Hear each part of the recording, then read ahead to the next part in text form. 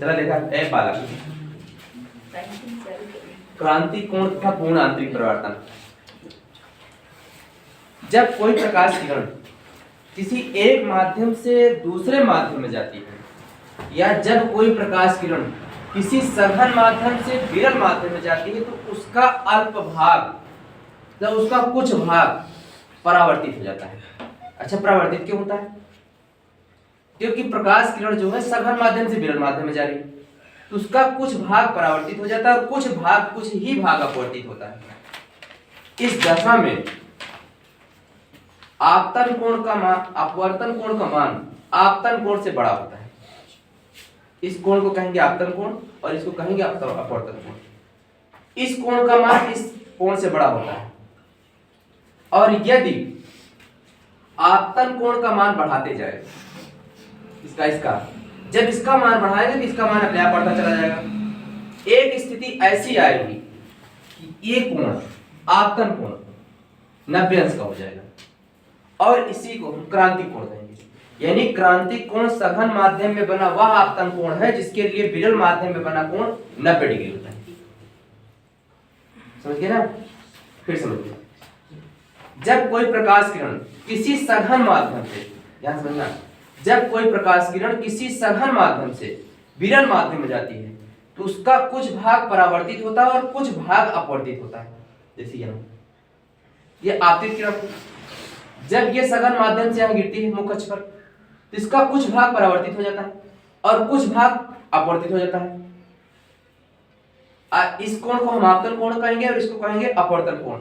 और यदि अपवर्तन कोण का मान आपतन कोण से बड़ा होता है और यदि आपतन कोण का मान बढ़ाते जाएं तो अपवर्तन का कोण का मान बढ़ता चला जाएगा और एक स्थिति ऐसी आएगी कि ये अपवर्तन कोण मुख अक्ष पर बनने लगेगा और ये कोण 90 अंश हो जाएगा। जब ये कोण 90 अंश का हो जाए तो इसी को हम कहते हैं क्रांतिक कोण। यानी क्रांतिक कोण सघन माध्यम में बना वह आपतन कोण है जिसके लिए विरल माध्यम में बना आपतन कोण 90 अंश होता है। अब और समझ लीजिए इसको, और इस कोण को दिया और बढ़ाते जाएं तो ये कोण हमारा और बढ़ता जाएगा। अब तब एक स्थिति ऐसी आएगी कि संपूर्ण प्रकाश जो अभी तक अपवर्तित हो रहा था ये पूरा प्रकाश परावर्तित हो जाएगा। तब अपवर्तन की घटना नहीं होगी, तब ये पूर्ण आंतरिक परावर्तन की घटना होगी। और पूर्ण आंतरिक परावर्तन के लिए दो शर्त होनी चाहिए। पहली शर्त, प्रकाश किस माध्यम में जा रहा है? सघन माध्यम से विरल माध्यम में जा रहा है ना, इसको मैं देखने की जरूरत नहीं। प्रकाश किस माध्यम जा रहा है? प्रकाश सघन माध्यम से विरल माध्यम में जा रहा है। यानी पूर्ण आंतरिक परावर्तन की दो शर्त होनी चाहिए। पहली शर्त क्या है? प्रकाश सघन माध्यम से विरल माध्यम में जा रहा है। लेकिन अगर विरल माध्यम से सघन माध्यम में जाएगा तो पूर्ण आंतरिक परावर्तन की घटना कभी नहीं होगी। यानी पूर्ण आंतरिक परावर्तन की घटना कब होगी? जब प्रकाश विरल माध्यम से सघन माध्यम से विरल माध्यम में जा रहा है। पहली शर्त। दूसरी शर्त, आपतन कोण का मान अपवर्तन कोण से बड़ा होना चाहिए। अगर बड़ा नहीं होगा तो भी पूर्ण आंतरिक परावर्तन की घटना नहीं होगी।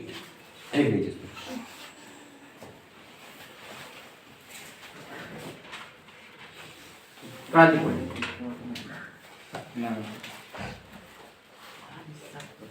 क्रांतिक कोण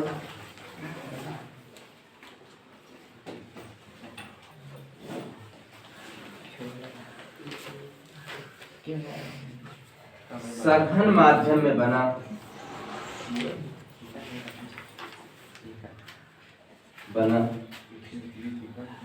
वह आपतन कोण है। सघन माध्यम में बना हुआ आपतन कोण है जिसके लिए शांत रहा भाई,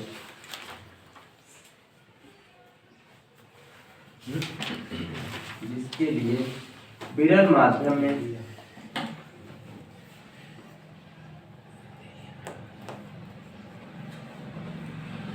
अपवर्तन कोण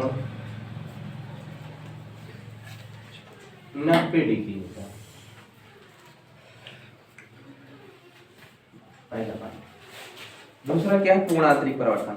तो पूर्ण आंतरिक परावर्तन आपको बताया कि यदि आपतन कोण का मान बढ़ाते जाएं तो अपवर्तन कोण का मान बढ़ता चला जाएगा। एक स्थिति ऐसी आएगी कि प्रकाश नीचे दूसरे माध्यम में ना जाकर उसी माध्यम में वापस लौट जाएगा और इस घटना को पूर्ण आंतरिक परावर्तन कहते हैं। पूर्ण आंतरिक परावर्तन के लिए दो शर्त होनी चाहिए। पहली शर्त क्या है?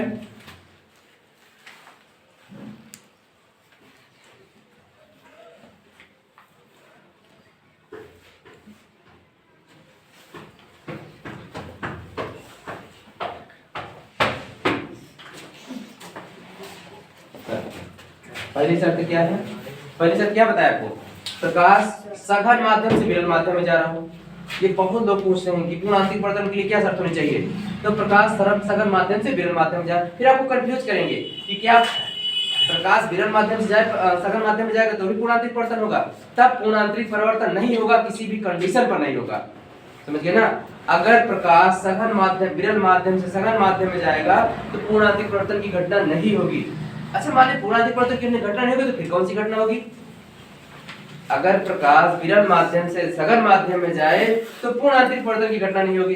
फिर आपसे ये पूछेगा फिर कौन सी घटना होगी? तब अपवर्तन की घटना होगी। समझ गए ना? तब अपवर्तन की घटना होगी। और फिर यदि वो पूछे, बहुत सारी चीजें पूछ सकते हैं, चलो अपवर्तन की घटना होगी तो अपवर्तन की घटना क्या किसी नियम के अंतर्गत होती है? ऐसी होती है।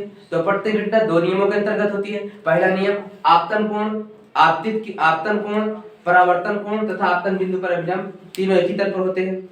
सही बताए? गलत बताए।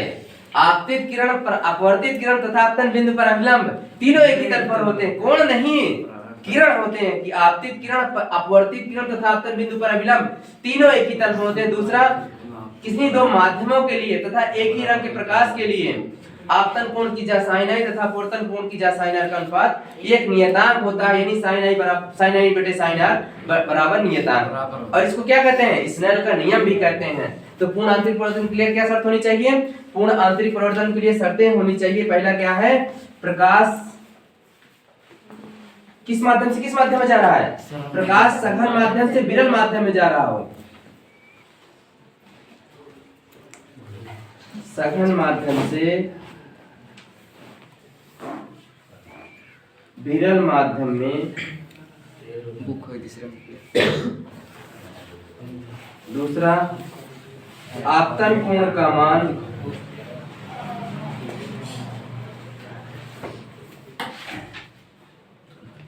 किससे बड़ा होना चाहिए? आपतन कोण का मान तब भाई आपतन कोण का मान किससे बड़ा होना चाहिए? क्रांतिक कोण से बड़ा होना चाहिए भाई। आपतन कोण का मान क्रांतिक कोण से बड़ा होना चाहिए।